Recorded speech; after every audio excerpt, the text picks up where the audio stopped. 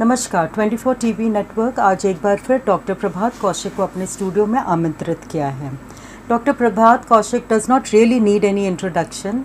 School complex Sahodaya Alwar के ये president भी हैं and he is the director of UCSKM school. Doctor Kaushik, आपका हार्दिक स्वागत है हमारे स्टूडियो में।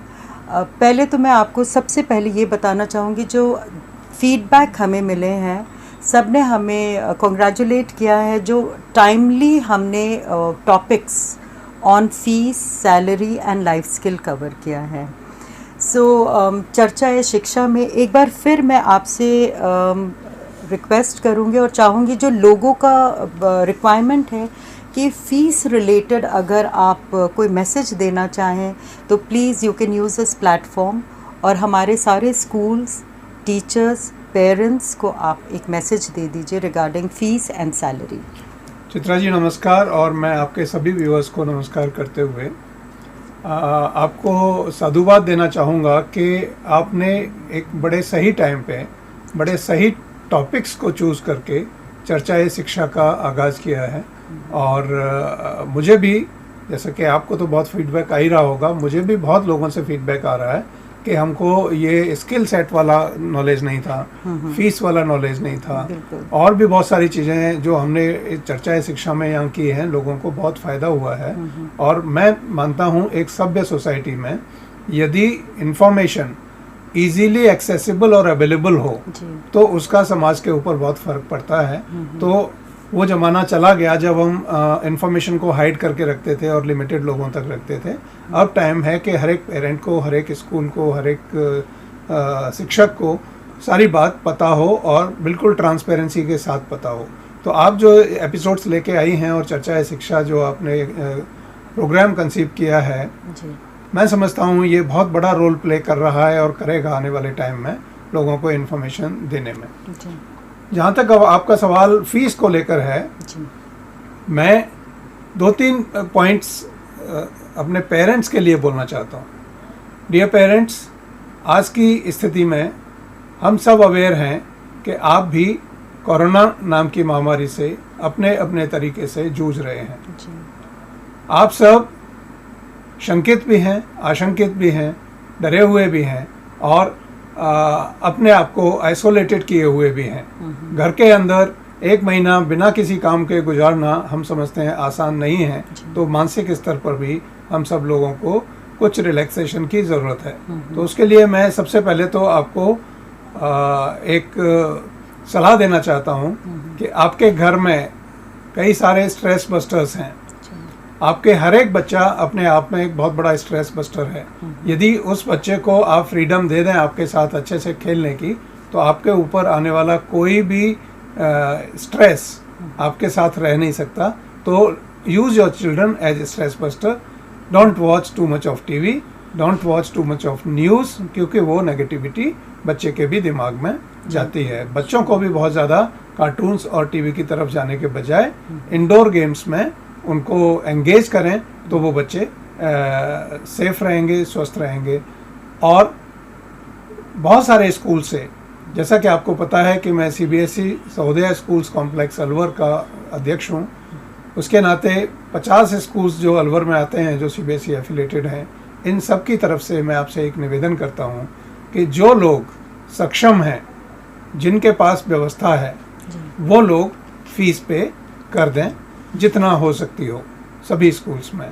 कारण बहुत सारा स्टाफ हमारा ऐसा है जो स्कूल एजुकेशन में है, जो बिल्कुल डाउन टू अर्थ है, उनके पास कोई व्यवस्था नहीं है। यदि सैलरी नहीं मिले तो उनके पास खाने की भी कोई व्यवस्था नहीं है। स्कूल्स का जहाँ तक सवाल है, मैंने लगभग सारे स्कूल से इस दौरान बात की है। एक आध को छोड़ के किसी भी स्कूल के पास मार्च और अप्रैल की सैलरी पे करने की व्यवस्था नहीं है। मैं ऐसा मानता हूँ कि स्कूल और पेरेंट्स एक ही परिवार के सदस्य हैं जी। सारे बच्चे, जब आप अपना इतना प्यारा लाडला बच्चा स्कूल को सौंपते हैं तो ये नहीं सोचते कि ये स्कूल अलग चीज़ है और मैं अलग हूँ। उस समय आप सोचते हैं कि ये मेरा टीचर, ये मेरा प्रिंसिपल, ये मेरा स्कूल मेरे बच्चे का ध्यान रखेगा।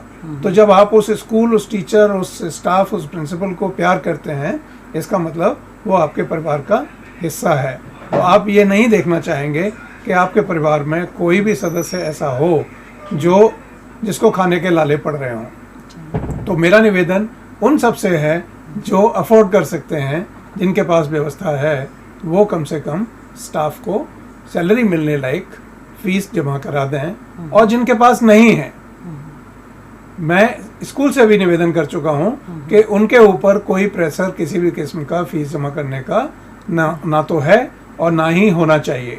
उनको स्कूल्स ऑल आउट सपोर्ट दें, और इवन यहाँ तक सपोर्ट दें जैसे हम लोग कर रहे हैं भिवाड़ी में, कि हमारे किसी पेरेंट को यदि हमें पता है कि वो किसी वजह से परेशान है, हम we are reaching out to them, उनके घर तक पहुँच रहे हैं और उनको जो भी सामान चाहिए, जो भी मदद चाहिए, वो मदद पहुँचाने की कोशिश कर रहे हैं, क्योंकि हम मानते हैं कि हमारे पेरेंट्स हमारे ही परिवार के हिस्से हैं और उनका लुक आफ्टर उतना ही ज़रूरी है जितना ज़रूरी हमारा है।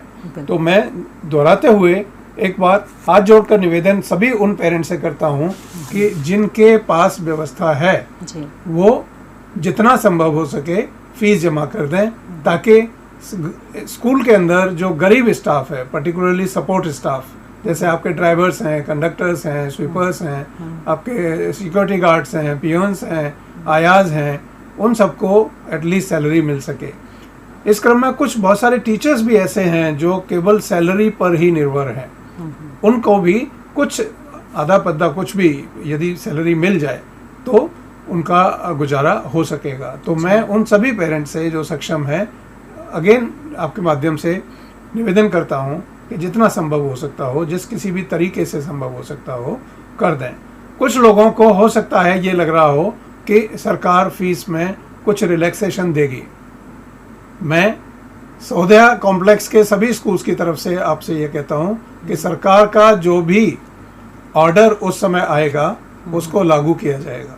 यदि आप ज़्यादा फीस जमा कर भी चुके होंगे तो भी वो फीस एडजस्ट की जाएगी या रिफंड की जाएगी। तो आपको ये चिंता करने की इस समय ज़रूरत नहीं है कि सरकार ने यदि फीस माफ़ कर दी तो क्या होगा। वो आपका पूरा एडजस्टमेंट होगा, आपके पास रिसीट होगी, सब कुछ होगा, और कोई स्कूल सरकार के आदेश के खिलाफ, ये मैं आश्वासन देता हूँ, नहीं जाएगा। तो मैं सभी पेरेंट्स के साथ पुनः एक निवेदन करता हूँ कि जितना संभव हो सके स्कूल्स में फ़ीस जमा करा दें ताकि लोगों की सैलरीज निकल सकें। ये पेरेंट्स आई होप आप लोग सुन रहे होंगे। डॉक्टर, मैं इसी में एक और क्वेश्चन पूछना चाहूँगी। इन केस जैसे किसी के 2 या 3 बच्चे स्कूल में हैं, तो वो सारे बच्चों के फ़ीस नहीं दे पा रहे हैं, तो क्या वो 1 या 2 बच्चे के दे दें, ऐसे कर सकते हैं वो? चित्रा जी, बहुत अच्छा क्वेश्चन आपने किया।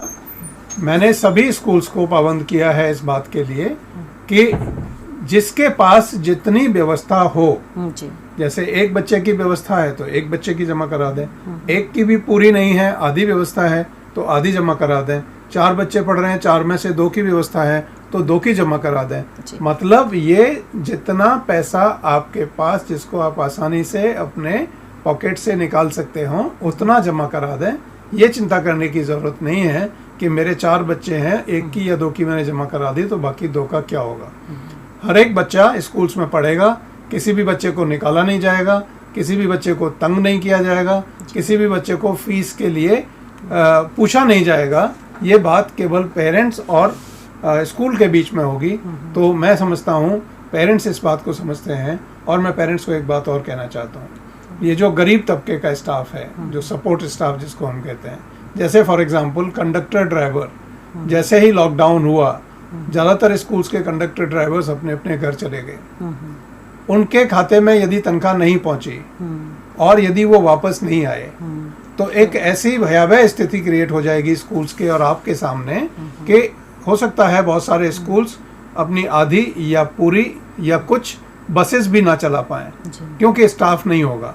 तो ऐसे में सारा भार आपके ऊपर आ जाएगा कि आप बच्चे को स्कूल छोड़ने आएंगे, लेने आएंगे, क्योंकि स्कूल के पास तो उस समय व्यवस्था अचानक से हो नहीं सकती।